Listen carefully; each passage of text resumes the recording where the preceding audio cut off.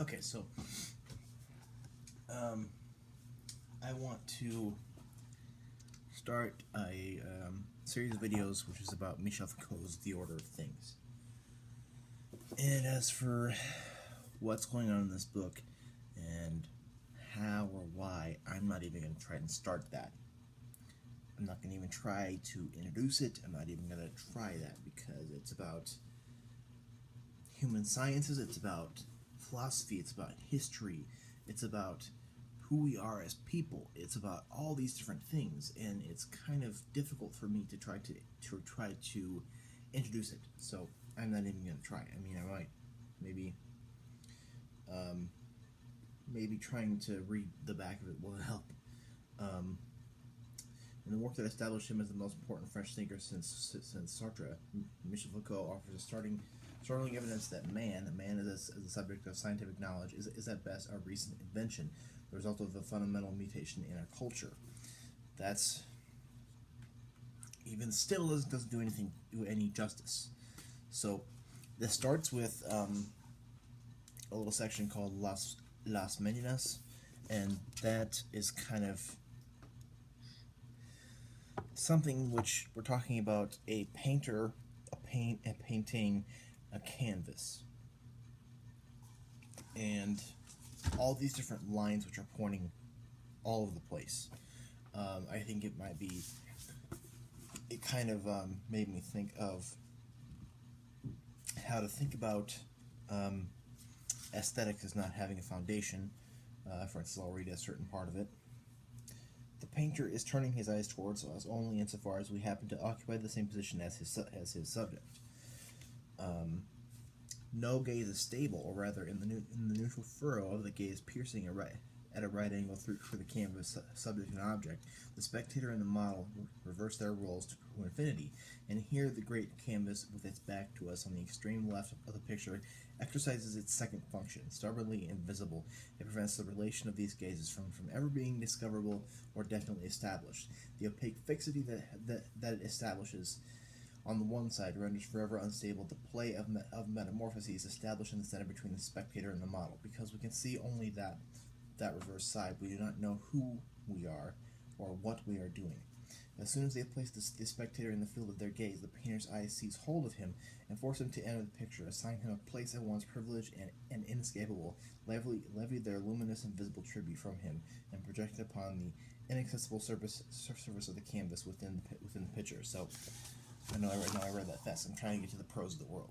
But what's going on here is, normally when you are thinking of a painter, you're thinking about everything centered at the painting. Not the canvas, not the painter, but the painting.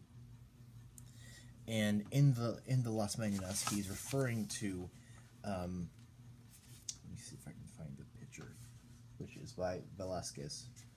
If I can find it here. Sorry.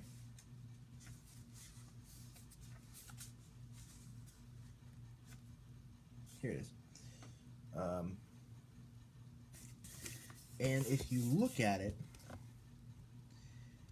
you question, I mean, you can see a lot of different faces, not just the people.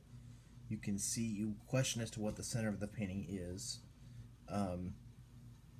And there's a lot of different discoverable lines of, I'm thinking kind of sort of in Deleuzian terms here, but there's a lot of different,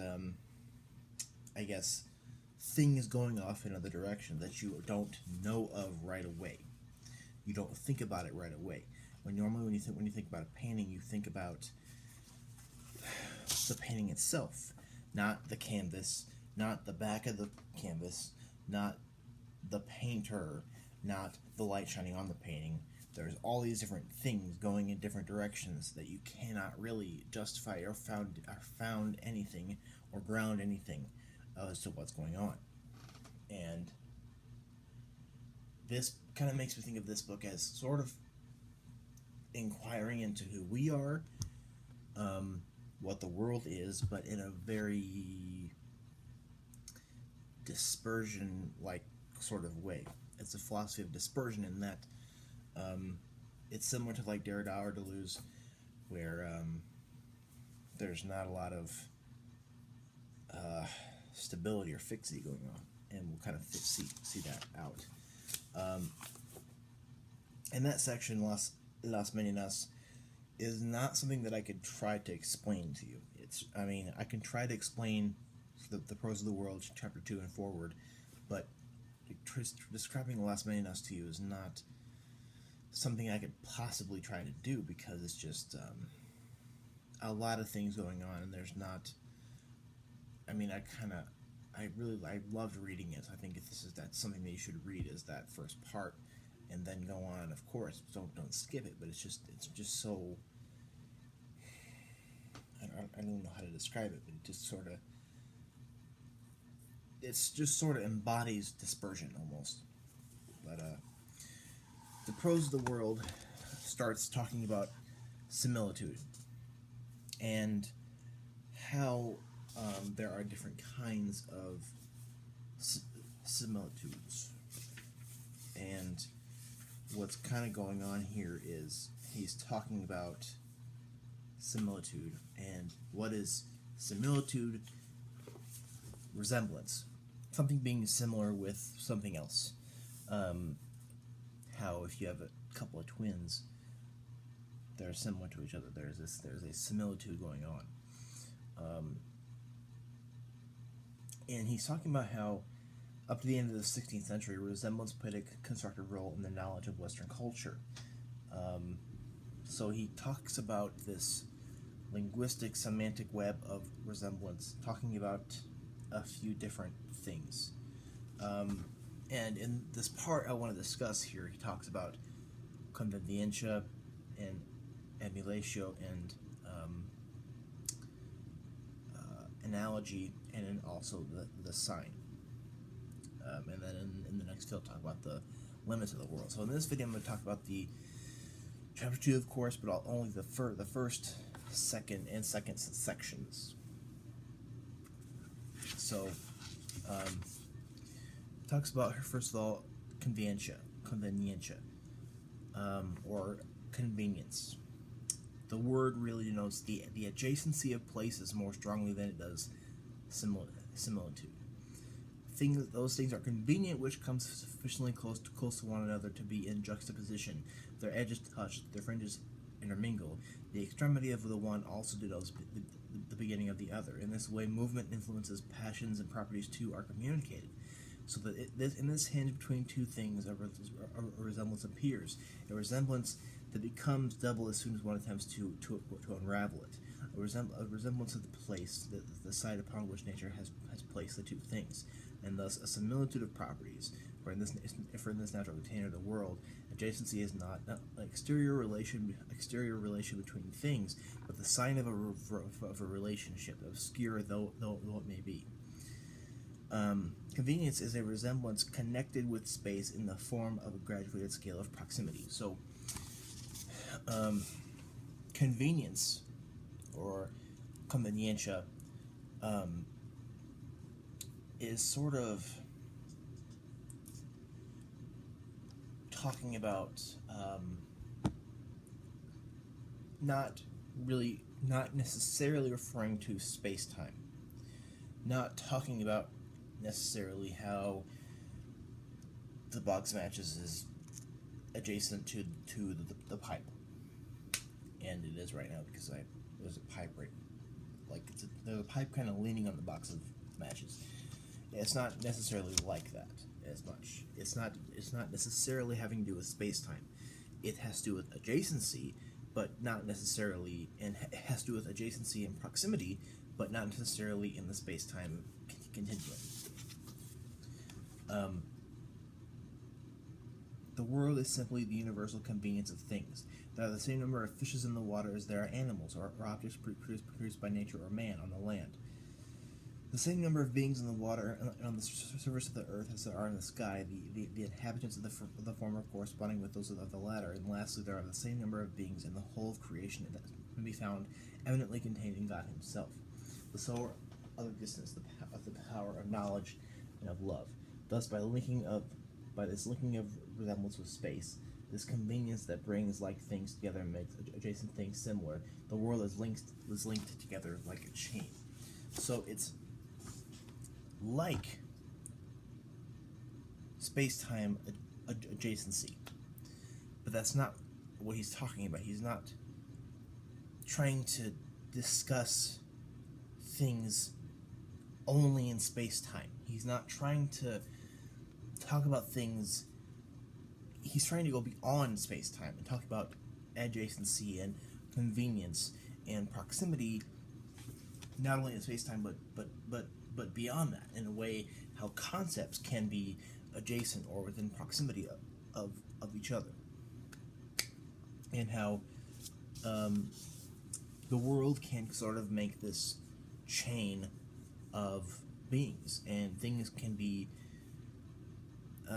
irreversibly linked together by this relation of similitude, and that's kind of what convenience is. And emulation, or emulatio, I think takes things to another level. And then convenience and emulation are superimposed to make analogy, which is going to be something that we also talk about.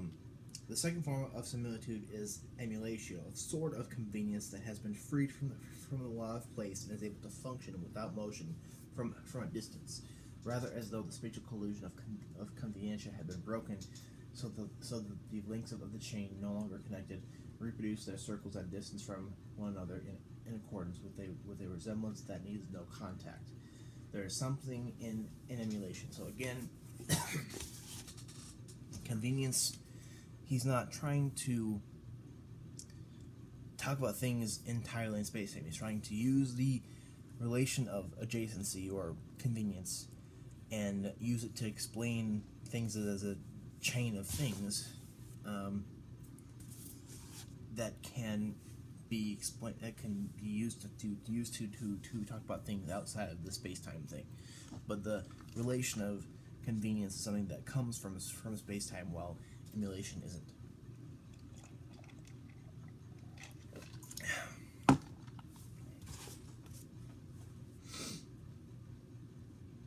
For something to emulate something else, they don't have to connect. They don't have to be adjacent or in any kind of convenience.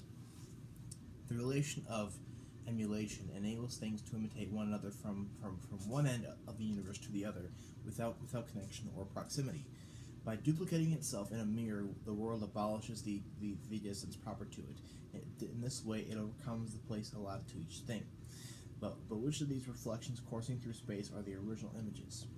For emulation is a sort of natural twinship existing in things. It arises from a fold in being, the two sides of which stand immediately opposite one another.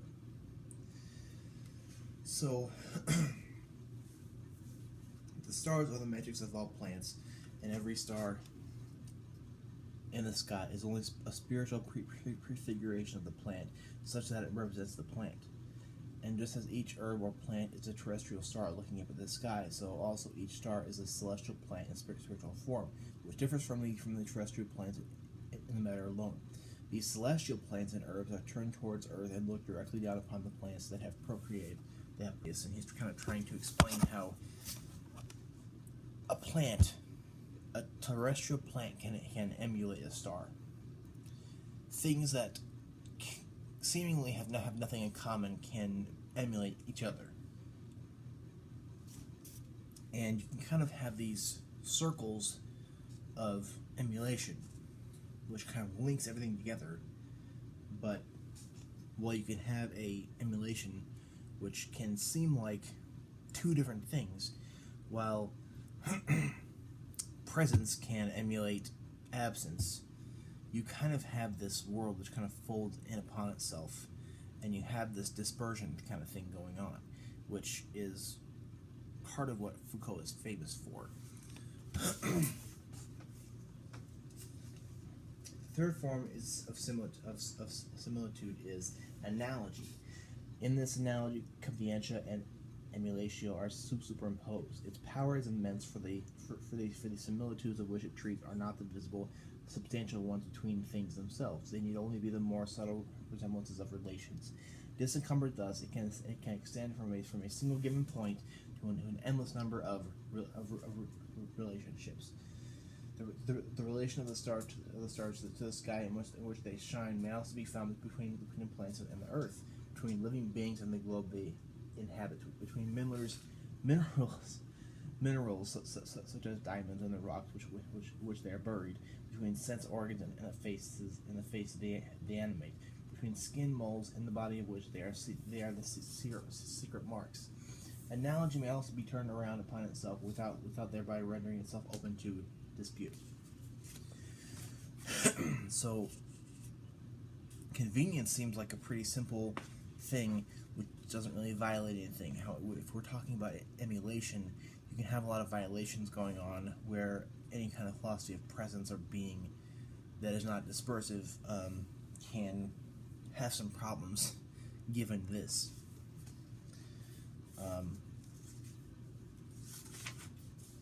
So this reversibility and this polyvalency endow analogy with a universal field of application. Through it, all the figures in the whole universe can be drawn together. There does exist, however, in this space, furrowed in every direction, one particularly privileged point that is saturated with analogies. And as they pass through it, their relations may be inverted without losing any of their force. This point is man. He stands in proportion to the heavens, just as he does to animals and plants, and as he does also to the earth, the metals, to stalactites or storms. Lastly, the fourth form of resemblance is provided by the play of sympathies, and here no path has been determined in advance, no distance laid down, no links prescribed.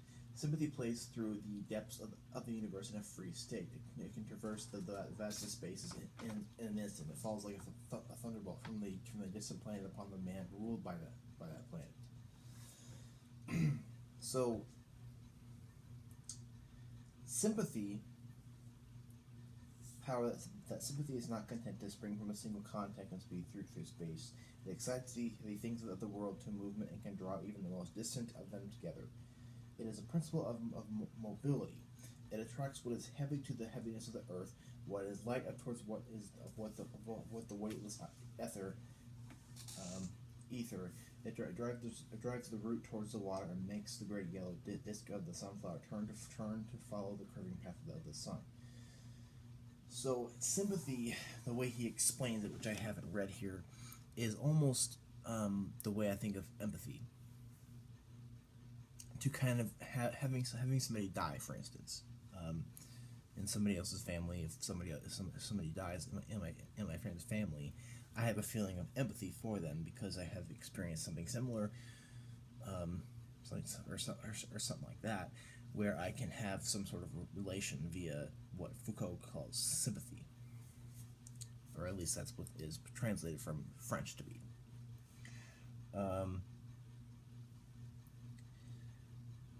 Sympathy, we kind of have this concept of mobility, which is kind of, I think, started with emulation and kind of came through analogy and is now in sympathy. How you don't have just this present thing which just is and that's it. You have this mobility of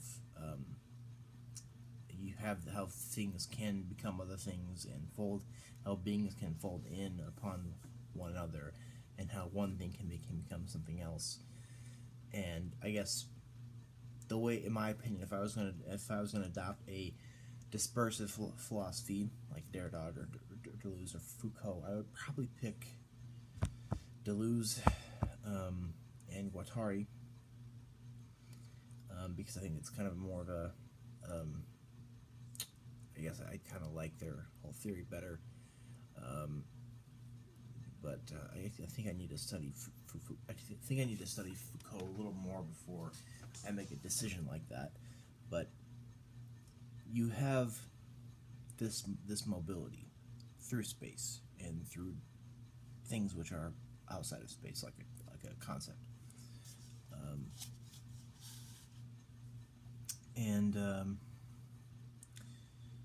It is a principle of mobility. It attracts what is heavy to the heavens of the earth, what is light up towards the weightless ether. It drives the root towards the water, and makes the great yellow disk of the sunflower turn to follow the curving path of the sun. Moreover, by drawing things towards one another in an exterior and a visible movement, it also gives rise to a hidden interior movement, a displacement of qualities that take over from one another in a series of relays. Fire, because it is warm, and light rises up into the air, towards which its flames untiringly strive, but in doing so it loses its dryness, and so acquires humidity. And that links water to air. So you have, I guess, a lot of different kind of complex things here. Sympathy is compensated for by its twin, antipathy. Antipathy maintains the isolation of things and prevents their assimilation. So sympathy, you know how one can have sympathy for another, and how sympathies can go beyond a feeling like type of relation. Sympathy can relate things which have no emotions, and sympathy assimilates things and makes things more heterogeneous than they were before, while antipathy tries to prevent that. And that's kind of because of the movement and dispersion created by its laws. The sovereignty of sympathy, the sovereignty and antipathy pair gives rise to all forms of resemblance. The first three similitudes are all thus resumed and explained by it. The whole volume of the world and all the adjacency of convenience, all the echoes of emulation, all the linkages of analogy are supported, maintained, and doubled by the space governed by sympathy and antipathy, which are ceaselessly drawing things together and holding them apart. But by means of this interplay, the world remains identical. Resemblances continue to be what they are, and to resemble one another. The same remains the same, riveted onto itself. Okay, so those are the four similitudes, and now we'll talk about signature and about the sign and about semiology.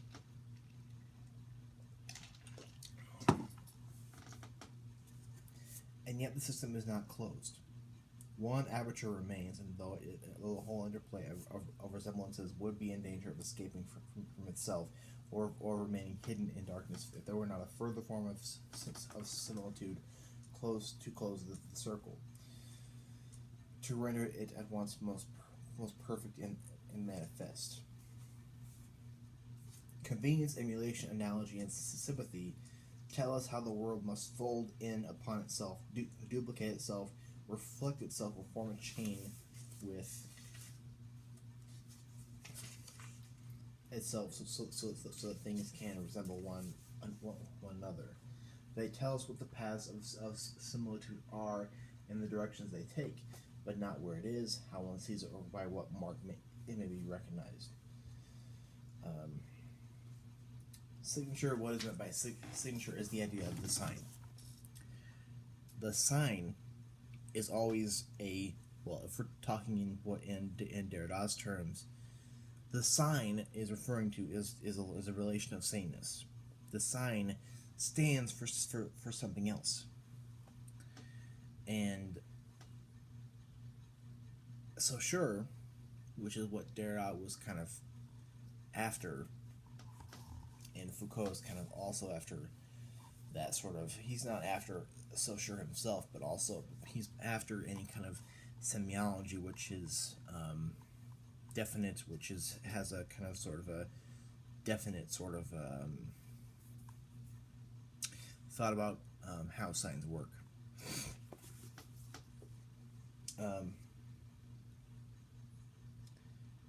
The knowledge of similitudes is founded upon the unearthing and decipherment of these signatures. It is useless to go no further than the skin or bark of plants if you wish to know their nature.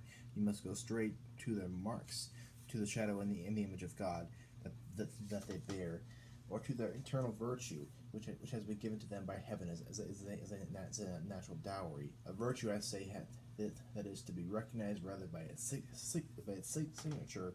The system of signatures versus the relation of the visible to the invisible. So there's a business in this life and in this world of deciphering what things mean, deciphering signs or signatures, and figuring out these similitude relations.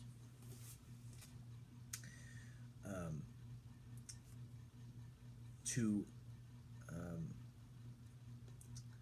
understand how words and signs relate to other things, and that's kind of the point of being in here, is to decipher some of that stuff. There exists a sympathy between the alkaline and our eyes. This unexpected affinity would remain in obscurity if there were not some signature on the plant, some mark, some word, as it were, telling us that it is good for the diseases of the eye. This sign is easily legible in its seeds. They are tiny dark globes set in white skin-like coverings, whose appearance is much like that of eyelids covering an eye. It is the same with the affinity of the walnut in the human head. What cures wounds of the pericranium is the thick green rind covering the bones, the shell of the fruit. But the internal head ailments may be prevented by the use of the nut itself, which is exactly like the brain in appearance. Though a signature can the proposition itself bear in order to make itself recognizable. How is one to know with the lines of the hand or furrows on the brow or tracing on a man's body the tendencies, accidents, or obstacles present in the whole vast fabric of his life? And so the circle is closed.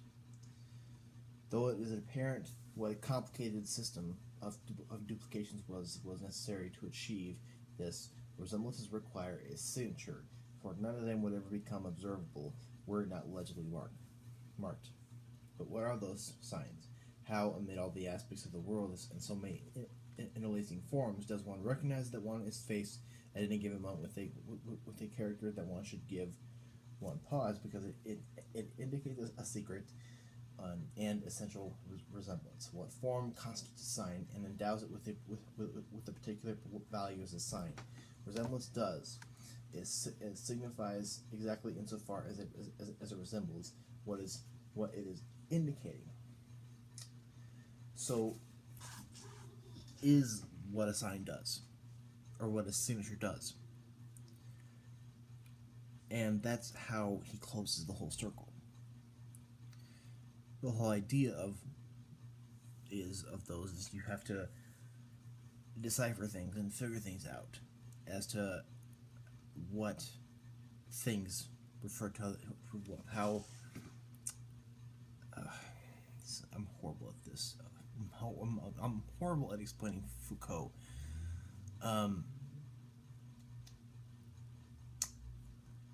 The whole thing here is that he's talking about the idea of a sign in a dispersive way, where still it is the business to decipher those things and figure out what sign refers to what under the four kinds of similitude, which kind of makes everything fold in upon itself. And that's really and he talks about learning and skills that enable one to make the signs speak and to discover their meaning. Hermeneutics, interpretation. Let us call the totality of the learning and skills that enable one to distinguish the location of the signs, to define what constitutes them as signs, and to know how and by what laws they are linked. Semiology. So he talks about, he kind of brings up the word hermeneutics and semiology and how one does that, but with his post-structuralistic take on it. So I know I been talking for a while, so thank you if you're still here right now. Let me know if I messed something up or left something out, or if I butchered a explanation of something, and I'll continue on the limits of the world in